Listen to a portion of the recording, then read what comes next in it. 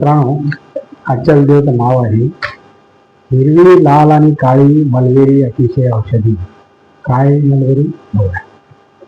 असं म्हणतात की निसर्गात येणारी प्रत्येक गोष्ट ही उपयुक्त असते. छान. यासाठी तिचा आकार महत्वाचा ठरत नाही. म्हणूनच तुम्हाला सौंदर्य आणि आरोग्य दोन्ही हवे असेल तर चिनी बोरापासून ते कलिंगडापर्यंत सगळी फळं खायला हवी. असं असतानाही काही फळांकडे आपल्याला लक्षात जात नाही. त्यापैकी एक फळ म्हणजे मलबेरी. आता ही मलबेरी काय ते बघूया. लाल, हिरवी, पांढरी, काळी, जांभळी मलबेरी रंगात जशी भिन्नता दाखविते तशी चवीलाही भिन्न आहे.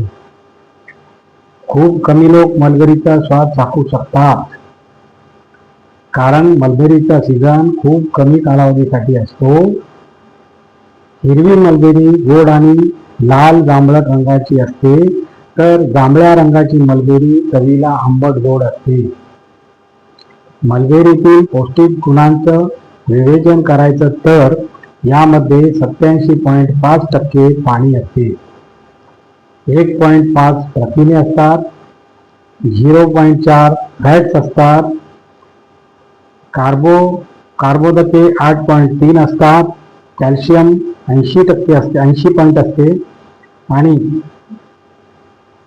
फॉस्फरस 40 मिलीग्रॅम, लोह 1.9 ग्रॅम असते. यामध्ये कॅरोटीन, बायमिन, निकोटिनिक ॲसिड, रायबोफ्लेविन आणि एस-कार्बिक ॲसिड पुरेशा प्रमाणात असते. मलबेरीच्या फळाशिवाय या झाडाची पानं, सालं, खोडं सगळंच अत्यंत उपयुक्त ठरते. जगप्रसिद्ध असणारं भारतीय रेशीम सिल्क या किड्यापासूनच तयार होतं. ते किडे मलबेरीच्या पानावर आढळतात. अरे वा वा.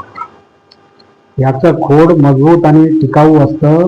या खोडाचा वापर हॉकी स्टिक, टेनिस आणि बॅडमिंटन रॅकेट्स, क्रिकेटच्या बॅट, स्टंप इत्यादी बनविण्यासाठी केला जातो.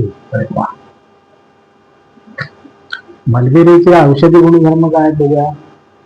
मलबेरीचा वापर आयुर्वेदात वेगवेगळ्या आजाराचे निवारण करण्यासाठी केला जातो.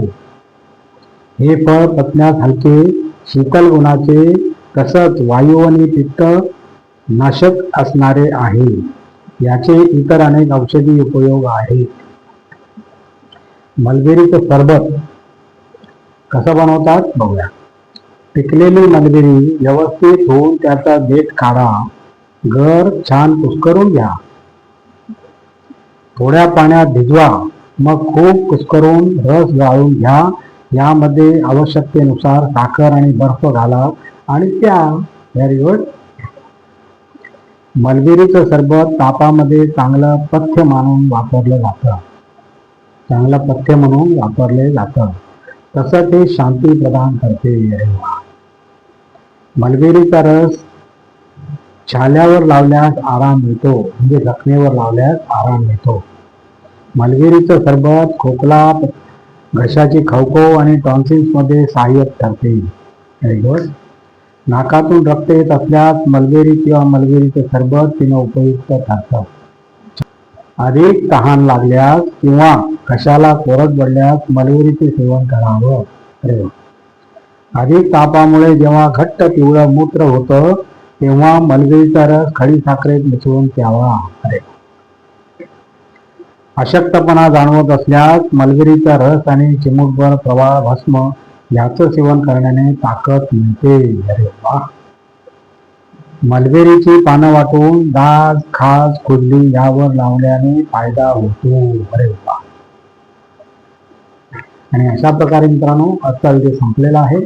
आणि तुम्हाला जर माझा व्हिडिओ आवडला तर लाईक करा, शेअर करा, सबस्क्राईब करा आणि कमेंट जरूर करा. नमस्कार. जय हिंद.